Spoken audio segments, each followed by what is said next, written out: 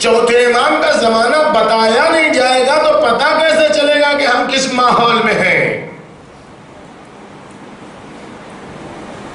چوتھے امام کے زمانے میں بدکرداری اور مکس گیدرنگ کی بات کی جائے تو منبر کا تقدس،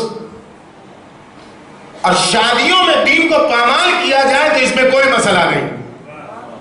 گھروں میں بیٹھ کے بیٹی، بہو، بیوی، ماں سب ایک ساتھ قضائی تصویریں ٹی وی پر دیکھیں، اس میں کوئی مشکل نہیں۔ کیا؟ اس لیے کہ یہاں تو دین نہیں ہے نا، دین تو امام باڑے میں آتا ہے، دین تو مسجد میں ہے۔ امام باڑوں سے نکلے دین ختم، مسجدوں سے نکلے دین ختم۔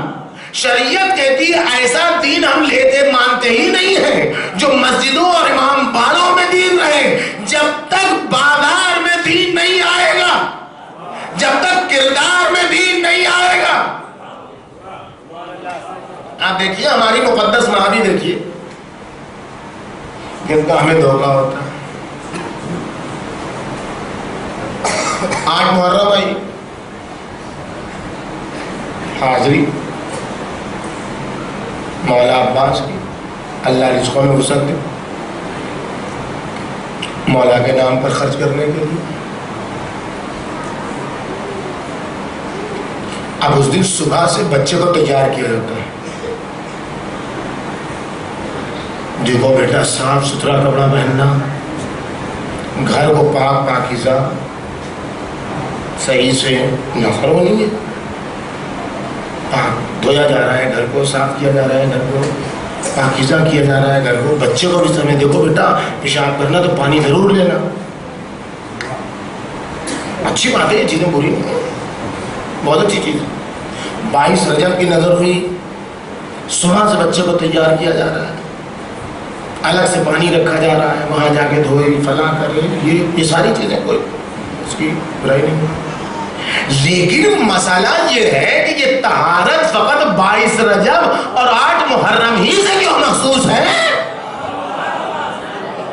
جو یہ سمجھتا ہے کہ مولا فقط 22 رجب اور 8 محرم کو میرے گھر میں آتے ہیں، وہ ایک دن اپنے گھر کو پاکیزہ بناتا ہے، اور جو یہ جانتا ہے کہ یمشی علی فی اثوابہم ویدعو علی فراشہم، امام زمانہ روزانہ تمہارے گھر میں آ کے بیٹھتے ہیں، روزانہ تمہارے بازار کی سیر کرتے ہیں کہ کس کا بازار امام زمان پسند ہے، کس کے گھر میں امام زمان کی آمد کے لیے انتظام ہے۔ بس ایک دن گھر کو پاکیزہ نہ رکھو، روزانہ اپنے گھر کو امام زمانہ کی آمد کے لیے آمادہ کر کے بتاؤ۔ ایک دن نہیں، پاکیزگی ہمیشہ طہارت رہے گی۔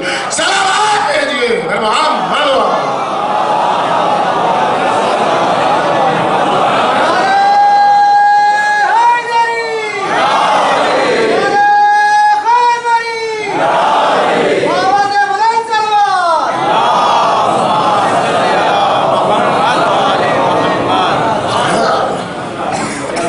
پسند کا بازار نہیں، گھر ان کی پسند کا گھر نہیں۔ 8 محرم آئی تو گھر کو پاکیزہ کر لیا، 22 رجب آئی تو گھر کو پاکیزہ کر لیا۔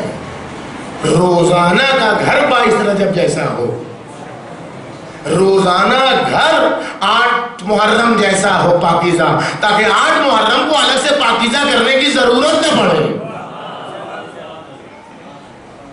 مقدس مہابی دھوکہ جو کھایا ہے وہ اسی مقدس مہابی سے۔ حقیقتیں بیان ہونا ضروری ہے تاکہ پتہ چلے ایسے ماحول میں کیا کیا۔ اس برے ماحول میں ان کو آدم آل محمد کیوں کہا گیا؟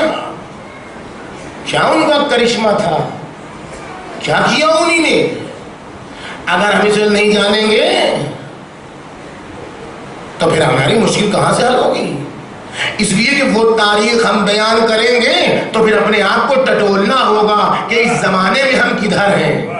گھبراتا اس لیے آدمی ہے کہ تاریخیں ان کی حقانیت اگر بیان ہوئی تو جب ٹٹولا جائے گا تو ہمارا گھرانہ بھی زد میں آئے گا، ہماری زندگی بھی زد میں آئے گی۔ اس لیے جب تک غفلتوں کی شکار رہیں ایسے برے ماحول میں جہاں مکس گیدرنگ، جہاں رقاصائیں قابل عزت تھیں، ڈانسر لیڈی جہاں عزت مآب شمار کی جاتی تھی، اب تو معاشرہ ختم ہو گیا، جہاں شمع گزاری اور شراب خواری عام تھی۔ پوچھئے پیغمبر اکرم سے بتائیں کہ جب انسان گناہ کا عادی ہو جاتا ہے، ساری بات سمجھ کے عیسائیوں نے اسلام قبول کیوں نہیں کیا؟ جزیہ دینے پر کیوں تیار ہو گئے؟ پیغمبر اکرم کہتے ہیں کہ تمہارے یہاں 3 مشکل ہیں، اس میں سے ایک مشکل یہ ہے کہ تم شراب خوار ہو، ایک مشکل یہ ہے کہ تم سور کا گوشت کھاتے ہو۔ گناہ جب انسان